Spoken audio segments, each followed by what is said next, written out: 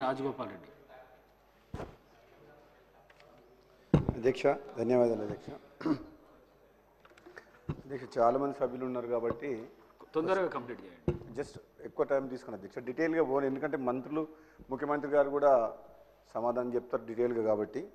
అధ్యక్ష కరెంటు విషయానికి వస్తే గత అసెంబ్లీ సమావేశంలో బడ్జెట్ సమావేశంలో కూడా నేను మాట్లాడిన అధ్యక్ష. ఆ రోజు కూడా చెప్పిన అధ్యక్ష, వాళ్ళు చేసిన నిర్వాహకం గురించి పదే పదే చెప్పడం మాకు కూడా ఇష్టం లేదు. ఎందుకంటే ఆయన నిర్వాహకం చేసి నిర్ణయం తీసుకున్న ఆయన ఏమో వస్తలేడు హౌస్కు. వీళ్ళని పట్టుకొని ఎన్నిసార్లు అనాలి అధ్యక్ష అని మాకే ఆశకు వస్తుంది. అసలు ఆలోచన చేయకుండా విద్యుత్ రంగంలో ఆ రోజున్న పరిస్థితిని దృష్టిలో పెట్టుకొని తెలంగాణ పునర్విభజన చట్టంలో 4000 మెగావాట్ల పవర్ ప్లాంట్ ఎన్టీపీసీ పెడతామని చెప్పి వాళ్ళ ఇన్వెస్ట్మెంట్తో పెడతామని చెప్పినా సరే, వాళ్ళు ఒప్పుకున్నా సరే, వాళ్ళు ముందుకొచ్చినా సరే కనీసం సహకరించకుండా పెట్టకపోవడమే కాక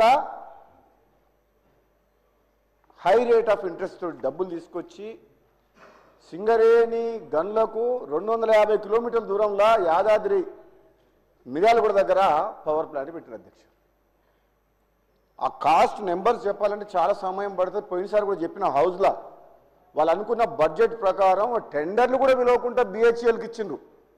భద్రాద్రి పవర్ ప్లాంట్ అయినా యాదాద్రి పవర్ ప్లాంట్ అయినా నాకు సబ్జెక్ట్ ఉన్నది కాబట్టి పోయినసారి నేను 2018లో శాసనసభ్యునిగా ఉండి చాలాసార్లు మాట్లాడిన అధ్యక్ష. కానీ ఆ రోజు దురదృష్టవశాత్తు ప్రజాస్వామ్యాన్ని కూని చేసే విధంగా ప్రతిపక్షం లేకుండా చేసిన వ్యక్తులు ఈరోజు మాకు నీతులు నేర్పిస్తున్నారు అక్కడ ఉండి. కాంగ్రెస్ అంటేనే కరెంటు, కరెంట్ అంటేనే కాంగ్రెస్ ఈ తెలంగాణలో, ఈ ఉమ్మడి ఆంధ్రప్రదేశ్లో. రైతుల గురించి కాంగ్రెస్ ఉచిత పథకాన్ని తీసుకొచ్చింది కాంగ్రెస్ పార్టీ. అటువంటి కాంగ్రెస్ పార్టీని ఈరోజు ప్రజలు ఆశీర్వదించి గౌరవ ముఖ్యమంత్రి గారు రేవంత్ రెడ్డి గారి నాయకత్వంలో, ఉప ముఖ్యమంత్రి గారు బట్టి విక్రమార్క నాయకత్వంలో వాళ్ళు చేసిన తప్పుల్ని సరిదిద్దడమే కాకుండా రాబోయే కాలాన్ని దృష్టిలో పెట్టుకొని ఎన్నో సంస్కరణలు తీసుకొస్తున్నాం. మామూలుగానైతే మిగులు బడ్జెట్ తోటి రాష్ట్రాన్ని అప్పచెప్తే బ్రహ్మాండంగా పనిచేయాల్సింది ఆలోచన చేయకుండా ఎన్నో తప్పు నిర్ణయాలు తీసుకొని రాష్ట్రాన్ని అప్పులపాలు చేసిండు. మీ మంచి పనులు చేస్తుంటే మా ప్రభుత్వం మరి వాళ్ళ ఫ్రస్ట్రేషన్ తోటి 15 నెలల నుంచి ముఖ్యమంత్రి గారు పదే మా మంత్రులు ఇటుపక్క నుంచి అధ్యక్ష మీరు చూస్తుండ్రు ఎంత మంచిగా సమాధానం ఓపికతోటి ఎంత మంచి సమాధానం చెప్తున్నారు. ప్రతి విషయంలో కూడా ఎక్కడ కూడా కాంగ్రెస్ పార్టీ ఏ విషయాన్ని దాచిపెట్టలే. ఫైనాన్స్ విషయంలో కానీ, కరెంటు విషయంలో కానీ, ఏ విషయంలోనూ వైట్ పేపర్ పెడుతున్నారు ముఖ్యమంత్రి గారు. ప్రజలకు తెలపాల్సిన బాధ్యత మా మీద ఉంది. కానీ ఈరోజు కూడా వాళ్ళు మాట్లాడిన పద్ధతి, మమ్మల్ని విమర్శించే పద్ధతి, అంటే అవసరం ఉన్నా లేకున్నా బైకాట్ చేసే పద్ధతి చూసినాగా ప్రజలు ఇచ్చిన తీర్పును కూడా గౌరవించకుండా మీరంటే ప్రతిపక్షం లేకుండా చేసి మేము ఆ పని చేస్తాలో మిమ్మల్ని వదిలిపెట్టిపోతారు వాళ్ళు. ఎందుకంటే మీ నాయకుడు లేడు. మీకు ప్రజా సమస్యను ప్రభుత్వం దృష్టికి తీసుకొద్దామంటే అది రావట్లేదు. అది మీ తప్పు, మా తప్పు కాదు, అది ప్రజల తప్పు కాదు. బాగా అనిపిస్తుంది అధ్యక్ష. రేవంత్ రెడ్డి గారిని సరే కన్ఫామ్ అయితే మా ముఖ్యమంత్రి రేవంత్ రెడ్డి గారు మంచోరు కాబట్టి ఓకే 15 నెలల నుంచి నాకు కన్ఫామ్ కాలేదు. మా గౌరవ ముఖ్యమంత్రి మంచోరు కాబట్టి మీరు 15 నెలల నుంచి ప్రశాంతంగా పండుకుంటారు. లేకపోతే నిన్నటిదానికి ఒక లెక్క, రేపటి నుంచి ఇంకో లెక్క ఉంటుంది. మీరు గుర్తుపెట్టుకోండి. మీరు చూడండి, మీరు అంటుండ్రు సరే మీరు అనండి అధ్యక్ష. ఏదేమైనా నేను రాజకీయాల దగ్గర పోరాడుకోలే. విద్యుత్ రంగంలో మా ఉప ముఖ్యమంత్రి బట్టి విక్రమార్క గారు వాళ్ళు పనిచేసే తీరు కానీ, మీరు చేసిన పాపాలని కడగాలంటే ఎవరో దేవుడు వస్తే తొందరపడకండి. ఎందుకు అని నేను రాజకీయాల్లో పోను అధ్యక్ష.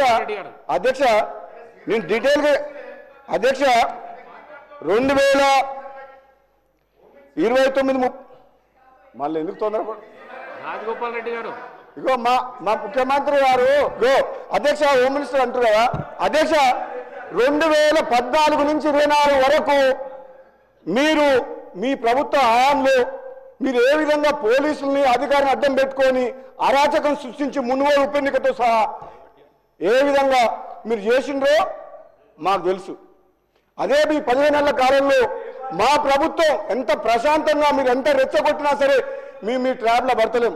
ప్రశాంత వాతావరణాన్ని నెలకొల్పినాం. మీలాగా మీ అధికారాన్ని అడ్డం పెట్టుకొని పోలీసులు అడ్డం పెట్టుకొని మేము పని చేయట్లేదు, పని చేయం కూడా. ఇది కాంగ్రెస్ పార్టీ. ఈ కాంగ్రెస్ పార్టీ ఇది కుటుంబ పార్టీ కాదు, ఒక ప్రాంతీయ పార్టీ కాదు, ఒక జాతీయ పార్టీ. అధ్యక్ష, వీళ్ళు చెప్పిన సబ్జెక్టులకు నేను డిబేట్ కానీ కరెంటు గురించి మాట్లాడతా. అధ్యక్ష, ఈరోజు కాంగ్రెస్ పార్టీ అధికారంలోకి వచ్చిన తర్వాత ఎక్కడ కూడా వాళ్ళు అనుకున్నారు అసలు వీళ్ళు పరిపాలన చేతగాలు ఎట్లా అధికారంలోకి వస్తారు అనుకున్నారు. అయినా కానీ మేమే చాలా తెలివికాలేనా, వీళ్ళకి ఎవరికి తెలివి లేదు, వీరు పరిపాలించలేరు అనుకున్నారు. ఒక్కరోజు కూడా వాళ్ళకంటే కరెంటు పోకుండా అత్యధికంగా గరిష్టంగా హైయెస్ట్ రికార్డు కూడా కరెంటు మా కాంగ్రెస్ పాలన అందించింది. అధ్యక్ష, ఉచితంగా పేదలకు ఇచ్చిన 200 యూనిట్లు కూడా కరెంటు కూడా గృహాలకు అందిస్తున్నాం. అధ్యక్ష, అంటే మీకు నిద్ర పట్టలేదా? జీర్ణించుకోలేకపోతుండ్రా? మేము చేయలేమా అనుకుంటుండ్రా? అధ్యక్ష, నేను చెప్తా అధ్యక్ష, విద్యుత్ సరఫరా స్థితి చెప్తా అధ్యక్ష.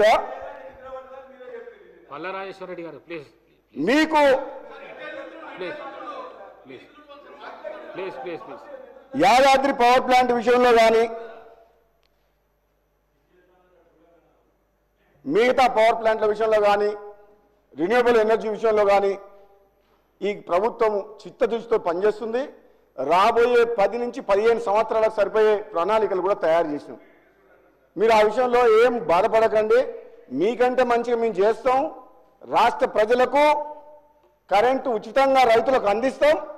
మీరు అందించిన దానికంటే మెరుగైన విద్యుత్ అందిస్తాం. అధ్యక్ష, పేదలకు గృహాలకు అందించే బాధ్యత కూడా కాంగ్రెస్ పార్టీ మీద ఉంది. అధ్యక్ష, ఈ నెంబర్ చెప్పాలంటే చాలాసేపు పడుతుంది. అధ్యక్ష, వాళ్ళు చేసిన తప్పులు చెప్పాలంటే ఎప్పుడు తప్పులు చెప్పినా వాళ్ళు మీదికి వస్తున్నారు, లొల్లి అవుతుంది.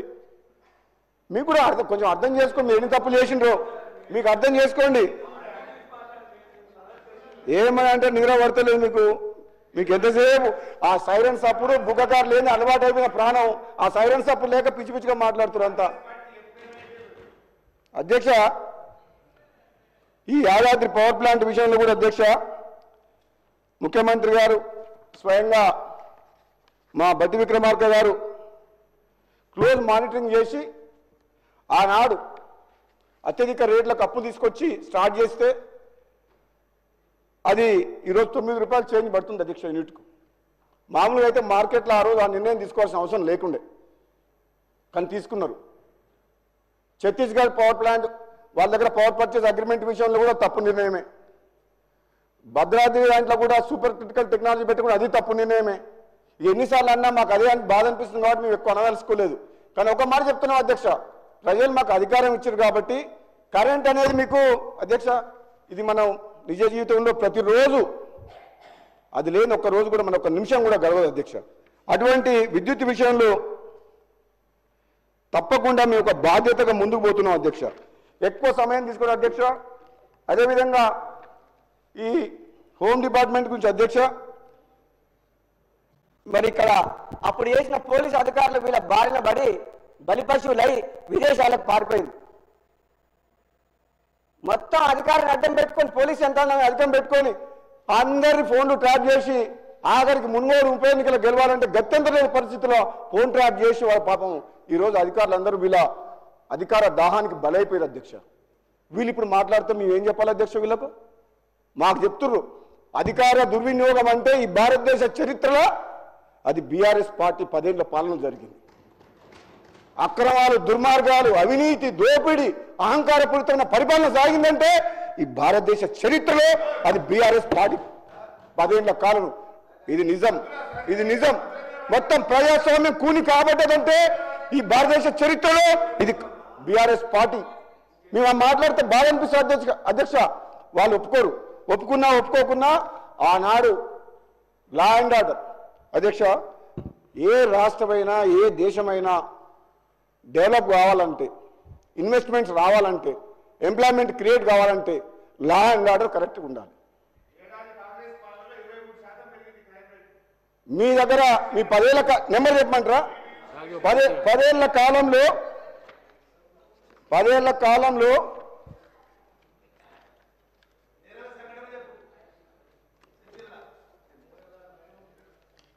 నయం ఆస్తులన్నీ దోసుకున్నది వాళ్ళే కదా. అధికార లెక్కల ప్రకారం తెలంగాణ రాష్ట్రంలో 2014 నుంచి 2023 వరకు 8,742 హత్య కేసులు నమోదైనాయి అధ్యక్ష. అదే కాలంలో 18,246 అత్యాచారం కేసులు, 1,30,521 దొంగతనాలు, 469 దోపిడీలు, 5,051 లూటీలు, ఇంకా బీఆర్ఎస్ నేతల ఒత్తిడితోటి ఎన్నో కేసులు రికార్డు కూడా చేయలేదు వాళ్ళు పోలీసుల ఒత్తిడితోటి. మీరు చెప్పమంటే నా దగ్గర అన్ని ఉన్నాయి, కానీ ఎంతోమంది సభ్యులు మాట్లాడాల్సి ఉంది, ముఖ్యమంత్రి గారు సమాధానం చెప్తారు కాబట్టి నేను ఎక్కువ డీటెయిల్గా పోతలేను అధ్యక్ష. కాకపోతే ఒక్క మాట చెప్పగలను అధ్యక్ష, వీళ్ళ అధికారంలో అధికారం ఉన్నప్పుడు మంత్రిలో మన శ్రీధర్బాబు గారు ఇక్కడ ఉన్నారు, ఆ హత్య కేసు లాయర్ దంపతులది, హైదరాబాద్ ఔటర్ రింగ్ రోడ్ పక్కన ఉన్న వెటర్నిటీ డాక్టర్ మళ్ళా ఆ రోజులలో భూసేకరణ ఎట్లా చేసేవాళ్ళంటే అధ్యక్ష, పోలీసులను పెట్టి బెదిరించి రైతులను వాళ్ళని తీసుకుపోయి మా శివనగూడెం రిజర్వాయర్ కాడ భూ నిర్వాసితులని వాళ్ళకు R&R ప్యాకేజ్ ఇవ్వకుండా పోలీసులను పెట్టి ప్రాజెక్టు కాంట్రాక్టుల కోసం ప్రాజెక్టు నడిపించారు. ఆ ప్రాజెక్టులో నీళ్ళు వచ్చేది లేదు, సచ్చేది లేదు, కానీ పోలీసులు అడ్డం పెట్టుకొని చేయించారు. అది లా అండ్ ఆర్డర్ విషయంలో తెలంగాణ కోసం ఉద్యమం చేసిండ్రు రైతులు, సకల జనులు. వాళ్ళ 10 ఏళ్ల కాలంలో పోలీసులను పెట్టి ప్రాజెక్టులు భూములు లాక్కున్నారు రైతుల దగ్గర వీళ్ళు. అది మీరు లా అండ్ ఆర్డర్, మీరు పోలీసులు అందుకు వాడుకున్నారు. నేను చెప్పుకుంటే పోతే అధ్యక్ష, మంత్రి నియోజకవర్గంలో బీఆర్ఎస్ నాయకులు అక్రమాలు, ఆ న్యాయవాద దంపతులు గట్టు వామన్ రావు గారు శ్రీధరబాబు గారు నియోజకవర్గంలో, అదేవిధంగా ఇసుక మాఫియా గురించి చెప్పాల్సిన అవసరం లేదు. మా నల్గొండ జిల్లాలో ఆ సభ్యులు లేరు, మాట్లాడదలుచుకోలేదు, కానీ విపరీతంగా కోట్ల రూపాయలు అక్రమంగా ఇసుక మాఫియా, ఇసుక దందా, భూములు, వాళ్ళ పీరియడ్లో రియల్ ఎస్టేట్ వ్యాపారం బ్రహ్మాండంగా ఉన్నది, ఆ హైప్లో భూములు లాక్కురు, బలవంతంగా గుంజుకున్నారు, మొత్తం సెటిల్మెంట్లు.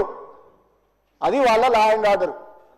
కానీ ఈరోజు కాంగ్రెస్ పార్టీ వచ్చిన తర్వాత గౌరవ ముఖ్యమంత్రి రేవంత్ రెడ్డి గారి నాయకత్వంలో ఈరోజు ప్రశాంతంగా ప్రతి ఒక్కరు కూడా ఈరోజు కూడా ఈ జాతీయ పార్టీ కాంగ్రెస్ పార్టీ ఒక్కరు కాదు అధ్యక్ష, ఒక సామాజిక తెలంగాణ వైపు పేదల ప్రభుత్వం వచ్చింది, ప్రజాపాలన సాగుతుంది, కొనసాగుతుంది, ప్రతి ఒక్కరు కూడా ఎంతో ఆశతో ఎదురు చూస్తున్నారు. దయచేసి ప్రతిపక్ష సభ్యులు మీరు ఆలోచన చేసి ఈ ప్రజాపాలన సాగిస్తున్న కాంగ్రెస్ పార్టీ ప్రభుత్వానికి సూచనలు సలహాలు ఇవ్వండి. కానీ ప్రతిరోజు అసెంబ్లీలో కొట్లాడతాం, మీకు అధికారం కావాల్సుకుంటే ప్రజల దగ్గర పోయి వాళ్ళ కష్టాలు మాట్లాడండి, వాళ్ళ తరఫున మాకు చెప్పండి. కానీ మీరు ఈ విధంగా సభలో ఎప్పుడు హౌస్ గడిచిన అధ్యక్ష మీరు మీ మీదికి అటాక్ చేసిండు, మీ సభ సొంతం కాదని చెప్పి మిమ్మల్ని ఈ సభ మీ సొంతమా అన్నారు. మరి మేము 6 సభ్యులు ఉంటే పోయిన అసెంబ్లీలో మా గొంతు వినిపించలే, మార్షల్స్ పెట్టి బయటకు పంపించారు. మరి అది అప్పుడేం చేసిండ్రు? అప్పుడు ఎక్కడ పోయింది ప్రజాస్వామ్యం? అప్పుడు మా గొంతు నొక్కేసిండ్రు కదా. అందుకనే ప్రజలు మిమ్మల్ని అటు పంపించి మమ్మల్ని ఇక్కడ పంపించారు. అధ్యక్ష, చరిత్రలో ఎప్పుడైనా సరే చివరకు ధర్మం గెలుస్తుంది. ఆ ధర్మం నిలబడినది కాబట్టే ఈరోజు కాంగ్రెస్ పార్టీ ఇక్కడ ఉన్నది. మీ దుర్మార్గమైన పాలన 10 ఏళ్ళు అది ప్రజలు చూసిండ్రు. అధ్యక్ష, లాస్ట్కు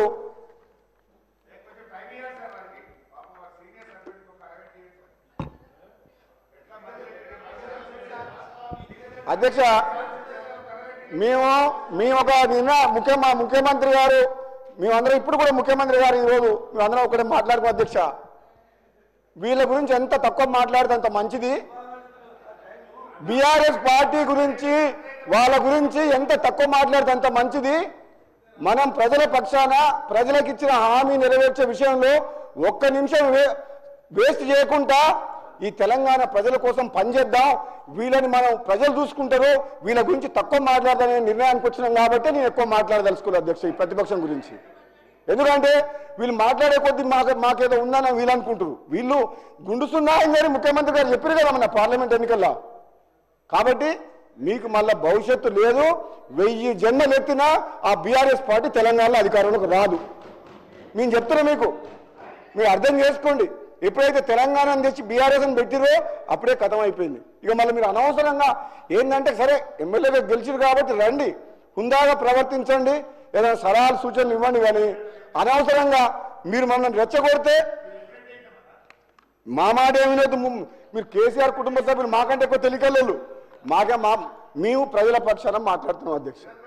ఇచ్చిన హామీలు నెరవేర్చే పనిలో మా ప్రభుత్వం పనిచేస్తుంది అధ్యక్ష. ఇక అన్నిటికంటే ముఖ్యం, అన్నిటికంటే ఇంపార్టెంట్ అధ్యక్ష, ఇల్లు అధ్యక్ష. ఈరోజు 10 ఏళ్ల పాటు తెలంగాణ వస్తే ఎంతోమంది నిరుపేదలు, రూపాయి ఆస్తి లేదు, రెక్కాడితే కానీ డొక్కాడదు, అటువంటి వాళ్ళు వీళ్ళ మాటలు నమ్మి 2 సార్లు అధికారంలోకి ఇచ్చారు. ఒకసారి కాదు, కొత్తగా వచ్చిరు కదా అని 5 ఏళ్ళు 2సారి అధికారానికి ఎక్కువ సీట్లు ఇచ్చారు అధ్యక్ష. మాకు ఇల్లు రాకపోతుందా, ఈ ఎండకెండి వానకు దడుస్తున్నాం అని చెప్పేసి ఎంతో మంది నిరుపేద కుటుంబ సభ్యులు 2సారి 90 సీట్లు ఇచ్చిండ్రు.